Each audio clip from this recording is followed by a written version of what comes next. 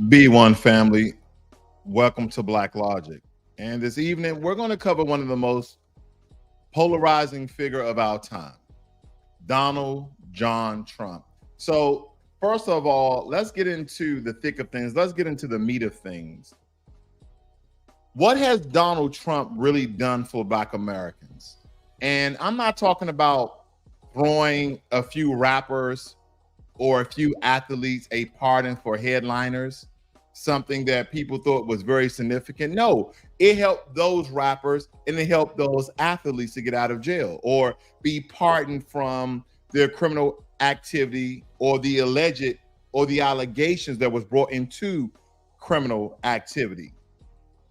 I'm talking about something substantial, transformative policies, policies that speak to the generational oppression that foundational Black Americans face each and every day. Is this the same president or this the same former president that state that he wants police officers, he wants law enforcement to have a more airtight, qualified immunity, to almost make law enforcement untouchable, even through the face of police brutality, especially when it comes to Black Americans? Is this the same guy that we are now shifting? Oh, I'm not going to vote for Kamala because of 1, 2, 3 ABC. I agree. But now we're going to vote for a guy who has done nothing significantly for Black folk as a whole. When we think about policies that speak to the generation, to the generational oppression that we have faced, whether it be the wealth gap, the housing discrimination, mass incarceration, and police brutality, reparations for the debt this country owes us. Did we see any detailed policies under Trump addressing the things that we consider that's most important for our group? No, we have not. And all of these politicians have made claims in some form or fashion, have they not? They've made claims, family. But have they been significant for us? This is the question that I'm asking you guys because I believe is imperative to ask.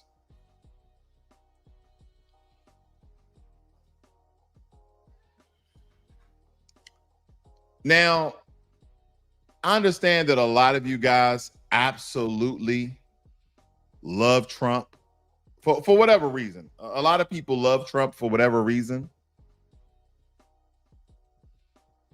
And Trump loves to make these large promises. You heard it, I heard it. We're going to fix the economy. Jobs are coming back. We're building the wall. But here's the issue. When you dig deeper into his so-called policies, there's really nothing concrete on how these things will actually get done, kind of similar to the Democrats. And and I'm not going to jump the gun here because I saw something that Magic Johnson got in front of a Kamala Harris rally and was speaking kind of ill will towards Black men, talking about we need to get out and vote and we need to support Kamala Harris. Why? Why?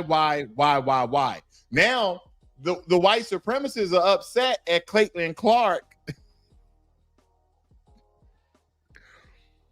because she supported, what's the artist? Oh, Lord. The artist that is the girlfriend of Kelsey on the Kansas City Chiefs.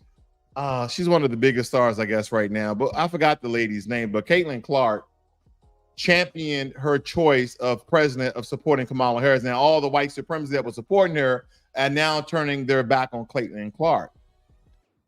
But when I'm talking about Magic Johnson, this bootlick, millionaire, billionaire, they always get these celebrities. They never really put anyone of substantial substance on stage to try to sway the Black vote. They don't do that. No. Magic Johnson urges Black men to vote for Kamala Harris, criticizes Trump for failing to live on promises. Well, first and foremost, I don't recall Donald Trump making any promises to black folk. I don't remember it. But back on Donald Trump, when you dig deeper into his so-called policies or the lack thereof, there's nothing concrete how these things will get done, how they will be funded. In his 2017 tax bill, it was a massive handout to the wealthiest people in America, while black people were left with pennies on the dollar. Now, of course, we had more jobs. There is some positive things. There are more jobs. People who own businesses got large tax breaks. But for the rest of us, we were scrapping for pennies. And those few pennies he gave, he made sure to take them right back with cuts to social programs like SNAP. You know, he made cuts to SNAP and housing assistance and Medicaid and the very programs that many black Americans rely on due to systematic economic disadvantages this country has put us in. His policies lack the detail on how they're even past Congress. The same as Kamala. We're dealing with two bumbling idiots, but I'll stay concentrated on Trump because I already went in on Kamala on Monday. I told you I have no love. And that's what the majority of Americans, I believe, should be. You should be apolitical. You shouldn't be walking around, I'm a Democrat, walking around, I'm a Republican, walking around independent. No, I'm a citizen of the United States of America, and whatever candidate does best for me, my family, and my community is the person I'm going to vote for. And if neither one does anything for you, then why waste your time? It's democracy as we know it. Lord, America has been here before you, and America will be here after you, I assure you. Because Donald Trump, he'll get up on stage and he'll hype up a crowd. He'll say a couple of deranged, insane, crazy things and shout, "We're going to do it." But nobody in the crowd, how we're going to do it? With a divided Congress, mind you. We have zero bipartisan support. You know, the worst things that liaticians, that's my word for them, liaticians do is state how they're so bipartisan, and in the same breath do these smear campaigns on the other party. You're so bipartisan that you do smear campaigns on the other party. The one question that all American citizens should be asking, and not putting on fanboy outfits, Kamala Harris and Donald Trump, MAGA, all that crazy, that's silly. Show me the legislation. Show me the policy. Show me the pathway to how you're going to get these things done. Because if not, I'll wait. I'll wait. Show me how you're going to do that. Because here's kind of where it gets worse. Trump's stance on reparation is non-existent. You never really heard him even talk about it. When we asked about reparations, something central to the financial liberation of foundational Black Americans, Trump deflect, change the subject. He does all these sorts of things. He throws out very vague, meaningless statements about how nobody's done more for the Black community than him. And I always ask myself, when he makes these very bold, vague statements, how and what did you do? Really? The man couldn't even acknowledge centuries of economic. He couldn't even acknowledge hundreds of years of economic theft from Black Americans, let alone offer a legitimate plan to us. He's too busy catering to his wealthy buddies and corporations. Meanwhile, during his administration, you had the Department of Justice working overtime to roll back civil rights protection, even though we really don't benefit from those either, but we benefit a small piece, but rolling them back. These policies were designed to tackle discrimination in the workplace, housing and education, and all these different sectors of America. The Fair Housing Act, which was put in place to stop discrimination against Black Americans mostly during this time. But we understand all these immigrants are now over here benefit from the same policies that we've been fighting for hundreds of years. But that was gutted under his watch. See, that's the knife to the throat of foundational Black Americans trying to secure stable housing and build generation wealth. And we understand that Donald Trump, out of all the presidents, has been the most soft on white supremacy. Let's get something straight, family. A lot of Trump supporters hate to talk about this. Black, white, Hispanic, Asian, or whatever their creed, ethnic, or race may be. His soft stance on white supremacy. Y'all remember Charlottesville, right? Y'all remember Charlottesville when neo-Nazis marched with torches chanting, "Jews will not replace us." Okay. But we understand they say other egregious, erratic, chaotic, racist, discriminatory, bigotry things as well. They just don't, they may speak certain things as far as Jew, because to common folk, Jewish or being a Jew is just being part of religion. To Jewish people is being part of an ethnic. But for the rest of us, we still trying to figure out what the hell is going on. But nonetheless, I digress.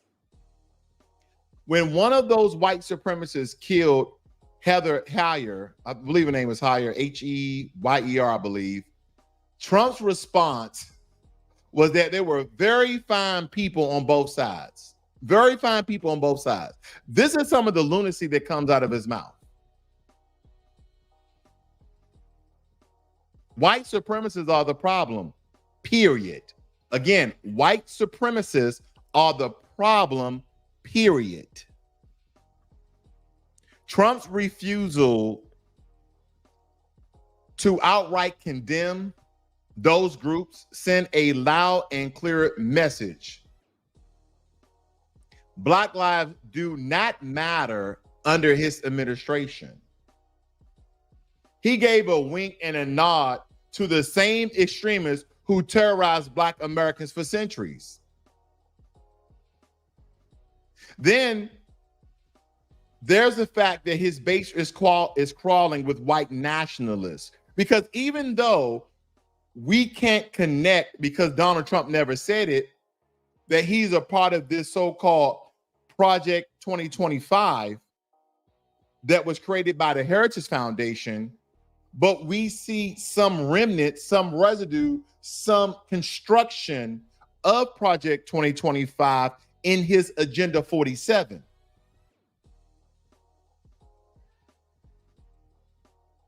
But we do see the white nationalist crew mostly in that MAGA community. Not stating that all MAGA is that. I'm not stating that.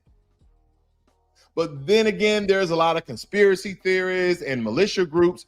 Now, in 2020, when asked to they asked him to condemn the Proud Boys, which has been known to be a very violent far-right group, Trump told them to stand back and stand by.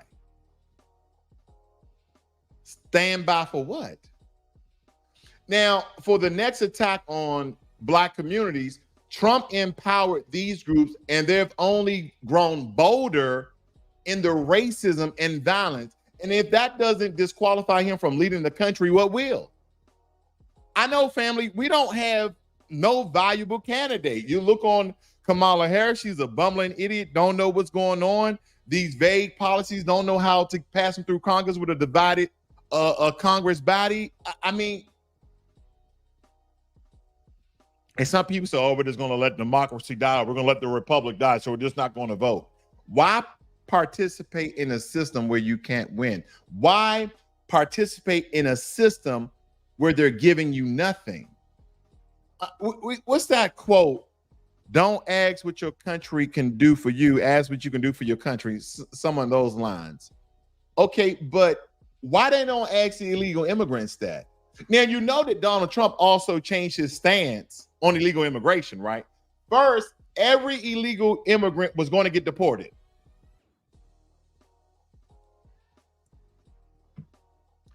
Every illegal immigrant was going to get deported. Now he's like, oh, we need people for the workforce, so we're only going to really deport the criminals. And I know what the American people are saying. Every person over here illegally is a criminal. But he stated, I'm paraphrasing, he stated, we're going to rid the country of the dangerous criminal. So he made a distinction. I don't know how. But again, that's where we are. And if we pivot to immigration for a second, now we have to understand FBAs have always been on the front lines of pushing for justice and equality, not just for our group, but for the entire country. That's why a lot of immigrants come here, regardless of the white supremacy that exists inside of this country. But Trump's immigration policies completely overlooks community needs. I'm not even going to sugarcoat it, because we understand that the Democratic policies has invited, and they have encouraged, and they have incentivized illegal immigrants from all over the world to come into America. But the Republicans are the ones that are shipping them and flying them and drive them to majority Black cities and towns. See, this is when you try to take one side of a white supremacist coin. Same coin, different sides. Republicans on one side, Democrats on the other. And the only thing that we can do is show power, right? How do you show power when you're powerless? How do you show power when you're powerless? You know why? When the wealthy and powerful come to you and ask you for your vote, and they do every single thing, like getting Magic Johnson, like getting T.I., like getting Plies, like getting Meg Thee Stallion, to encourage you guys to come out and vote. If Trump really cared about the economic well-being of Black Americans, he'll stop prioritizing these temporary fixes for other groups and focus on those of us who really built the country for free. And don't even get me started on how quiet he went when illegal immigrants started taking low-wage jobs in industries where Black Americans have historically worked. He was very quiet on that. He's out here rallying for jobs for Americans. But when it comes to FBAs, we're not even a blimp on his radar. Yeah, he invited a couple of people over to the White House, invite him over to Mar-a-Lago, his space in Florida, maybe not be there after this hurricane. But nonetheless, he may do those things, family. But if you don't see any significant change in the Black community, and again, the reason why I'm keeping Magic Johnson up here, because he acts as if Donald Trump made promises to Black folk. He didn't. But then you get on stage and you want Black folk to vote for Kamala Harris. What has Kamala Harris, what has Joe Biden promised to Black folk and actually fulfill those promises? And I know some people in the chat, some people in the comments later on are going to try to put up some policies and stuff that are not distinctive, that does not target the Black community. They're really talking about themselves. And when I'm looking at the polls, family, Kamala Harris is still up. Even though I keep hearing, depending on what news agency website you go to, Kamala Harris is still up. It doesn't matter where I go. It doesn't matter where I go. And don't forget, if you look at a heat map of the United States of America, of what presidential candidate has more electoral college votes, the majority of Americans are going to look at the map like, oh, Donald Trump is going to win. Donald Trump is just going to win. He has all the Midwestern states, but we have to understand that majority of people do not live in the Midwest. Majority of the people live on the coast. They live on the East Coast and West Coast. Let me see if I can get that map up here for you so you can see it. Hold on. This is where people live at, family, with the exception of Texas, of course. Bear with me. Every time I blow things up, it goes all the way back. Here we go. I want you to look at this.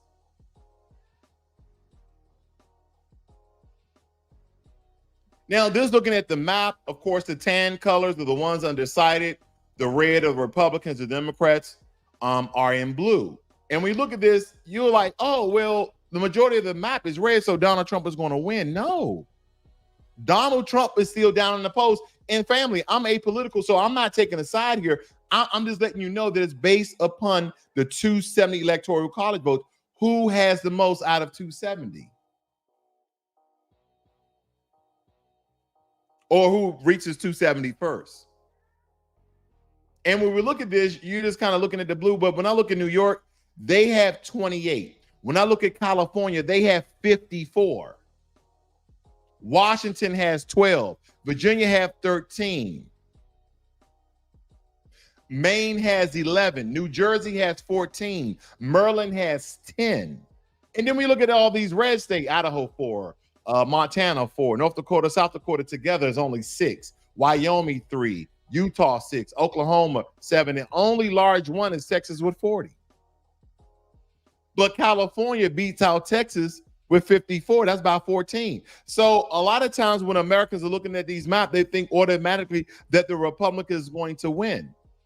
And that's not how it's done. See, we don't have to learn a lot about politics, but we have to learn quite a few. And then when we look at this too, and I know some people are looking at Florida at 30, but Georgia's still undecided at 16, one of those swing states.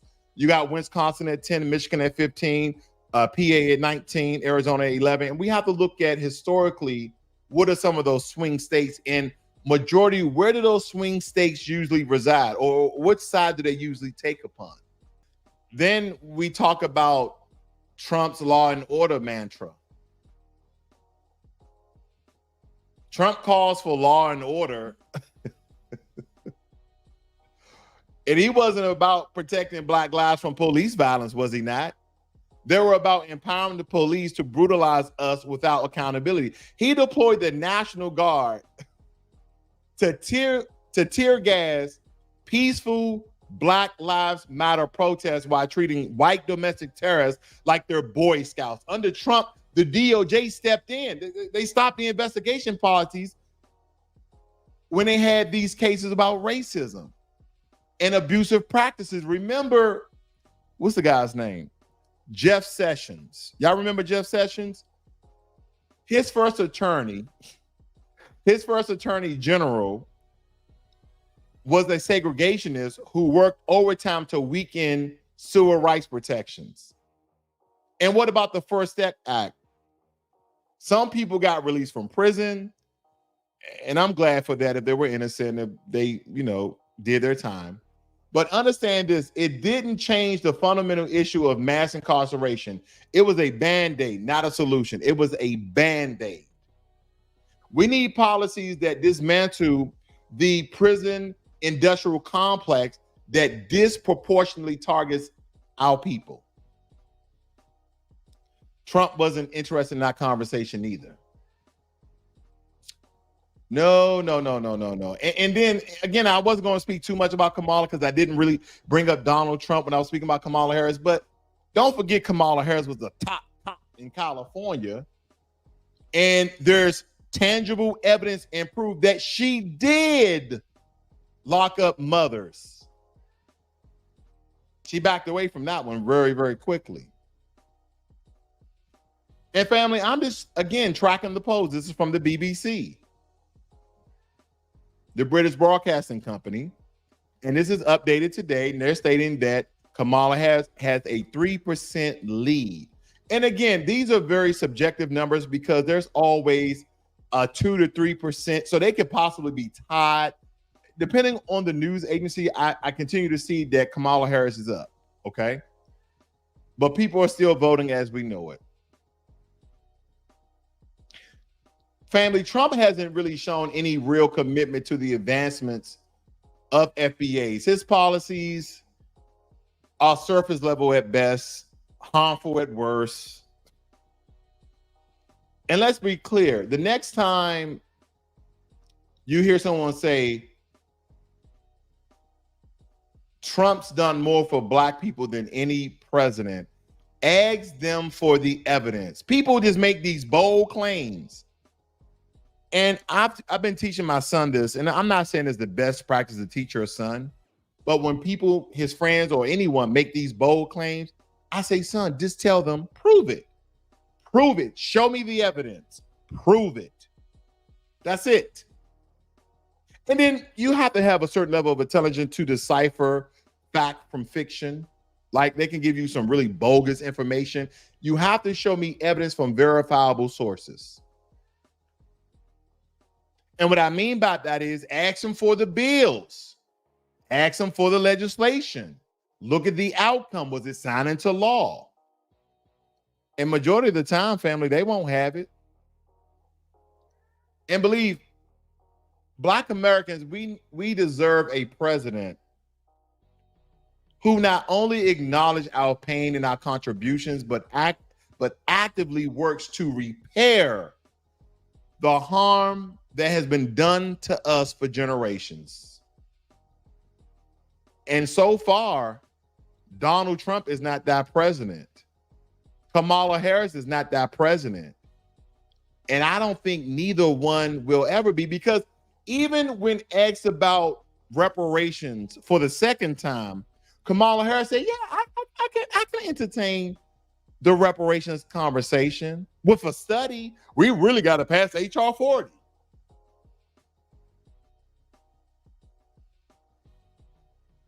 That's what we get. So just like anything, family, I want to remind you guys of some of the things by Donald Trump.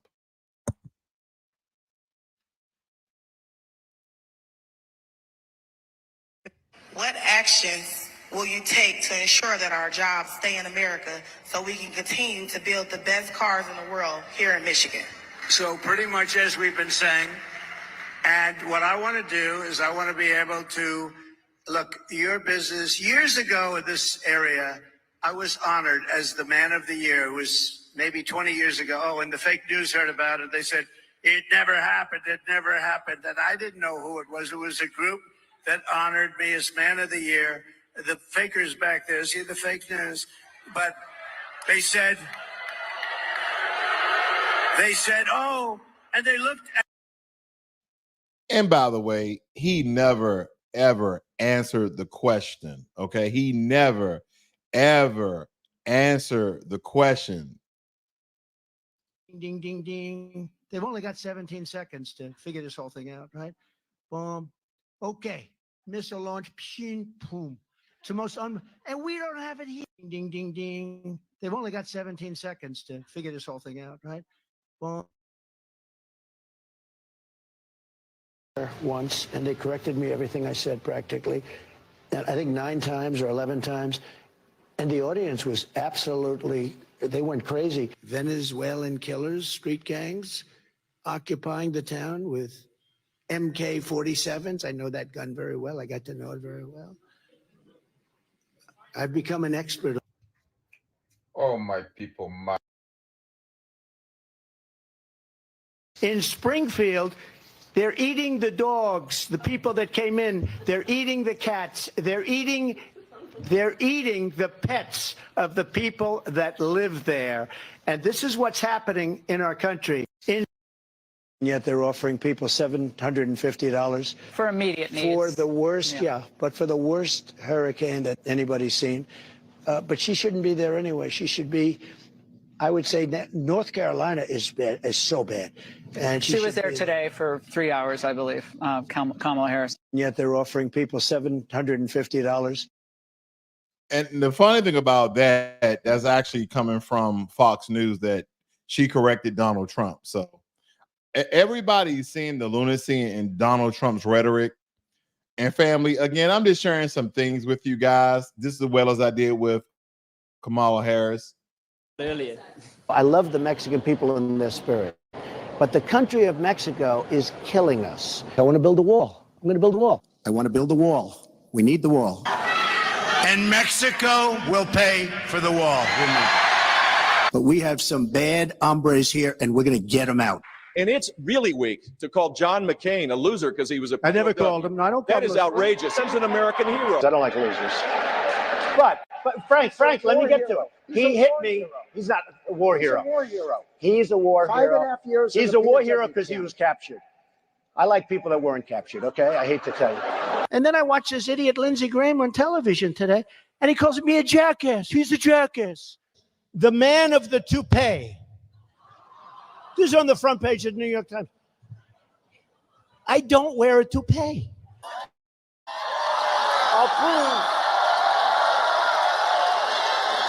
I'll prove once and for all that it's mine, okay? Come. Is it mine? Look. It is. It is. Say it, please. Yes, I believe it is. Thank you. I have such respect for women. I cherish women.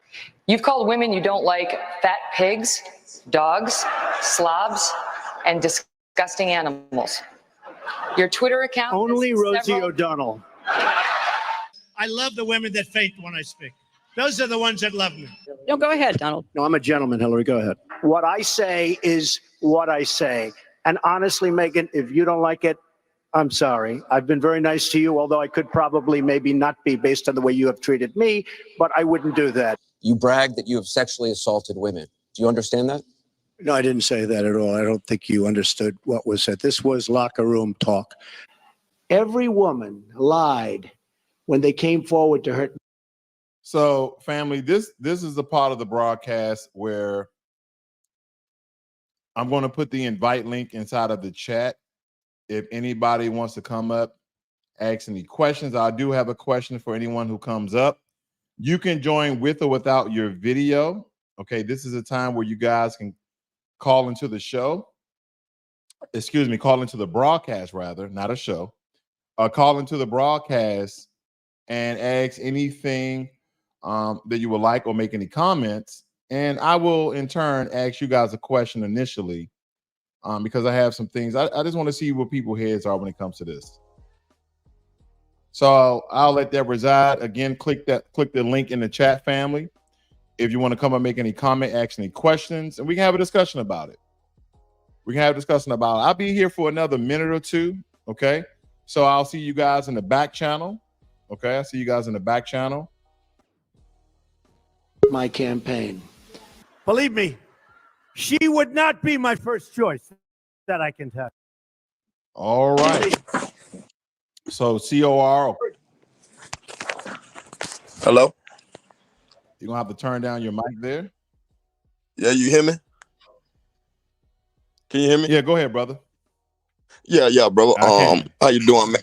How you doing, man? I can hear you. How you doing? I'm doing well. All right. Yeah, me personally, I've been a lifelong Democrat, and I'm finally gonna make the jump to vote for Trump this year for this campaign. Okay, let me okay, no problem. Let me ask you a question really quickly. What has Trump done to close the wealth gap for Black Americans? Well, it's not. They have a thing called benign neglect since Nixon, man. The government not gonna do anything for Black Americans, man. I mean, y'all could just forget it. You know what I mean? That's why they haven't did anything with reparations. They give money and tangibles to other communities, but they don't do anything for the Black community, and they're not gonna do anything for the Black community. It said in the benign neglect letter to Nixon that that the Black people as a force were getting too powerful, and they would do anything to stop it. They didn't want another so-called Black Moses. You know, that's why I feel like they did away with Martin Luther King, God bless the dead, and the government is not going to give you anything. So, I mean, if you vote for that, then it's just out the question. So you're stating that you're voting for Donald Trump, correct? Yes. And you're stating that the government is not going to do anything for Black Americans. Are you aware of the things that the government has done for other groups? Right. Why do you think, I just explained to you they have a benign neglect against the Black population. I don't know. I'm in agreement with you, brother. I'm just asking you, why do you think other groups have received support, benefits, and tangibles from the government other than Black Americans? It could be a thing with the so-called the census, or it could be a thing of guilt that they feel if they give Blacks any kind of power, any kind of financial power, that they could overtake and get do back for what they did to us during Jim Crow and before Jim Crow and slavery. You know, it could be a thing about that, but for some reason they don't want black people to have any kind of prosperity, and it's just fact. Have you ever thought that we continue to vote for the Democratic Party, or even to an extent, by the way, the Republican Party, and we're not showing unity and power in our vote where other groups have, and they don't have to give us anything? They haven't given us anything for our vote. Lyndon B. Johnson was tape recorded on the phone saying that if we pass this civil rights bill, and I'm paraphrasing, if we pass the civil rights bill, we'll have them niggas voting Democrat for the next 100 years.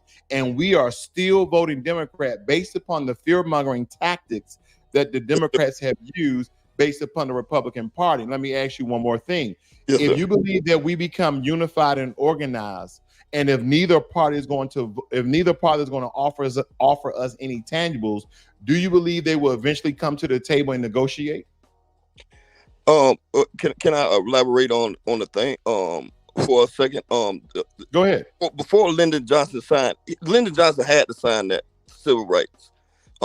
It was mostly a Republican House and Senate that passed that bill, that brought that bill towards him. If he didn't it'd have been outlandish, it'd have been ludicrous. He had to sign. I don't think he wanted to sign it. I don't really think he was for black empowerment, black people like that anyway. It was Republicans in the House and Senate that passed that bill. And the thing about that, he'll have the Democrats used to be called the Dixiecrats. They used to be the most racist group it was as far as politically. And the thing is, with the power of the vote, if we all come together as one, of course we could get tangibles for our vote if we would withhold the vote away from the Democrat. But that, what you said with Lyndon B. Johnson, that was the change. That's what brought all black people to the Democrats. Right there with Lyndon B. Johnson signing that civil rights bill, and we haven't got off yet. Absolutely. Historically, black folk was Republicans prior to that civil rights bill. Yes. So what made you, so previously, before this administration, you were voting Democrat? Why is that, with the knowledge that you have? Just getting older. You know, I'm finally older, 44. And before while I was voting, I mean, raising a black household in the South. I mean, Florida. You're from Georgia? Florida. I mean, it's just Democrat. All blacks, we all taught to vote Democrat. I was taught, Democrats for the poor people, Republicans for the rich, and that's all I thought. You know what I mean? And then, you know, back when I think the first time I was really got into politics, I seen Bill Clinton playing the saxophone, and I thought Bill Clinton was the man. You know, I thought he was cool like that, but didn't know he was doing so many policies to hurt black people, to hurt black men. And, you know, me not knowing, being naive, I just thought it was always Democrat. I always voted Democrat. Well, answer me this. Give me 3 reasons why you're voting for Donald Trump. The first main reason I'm voting for Donald Trump is for the immigration, securing the border. I believe immigration right now is what's hurting the black community. I really believe that. I really believe that it's taking resources away from us. And I believe it's really raising inflation right now, having all these immigrants over here.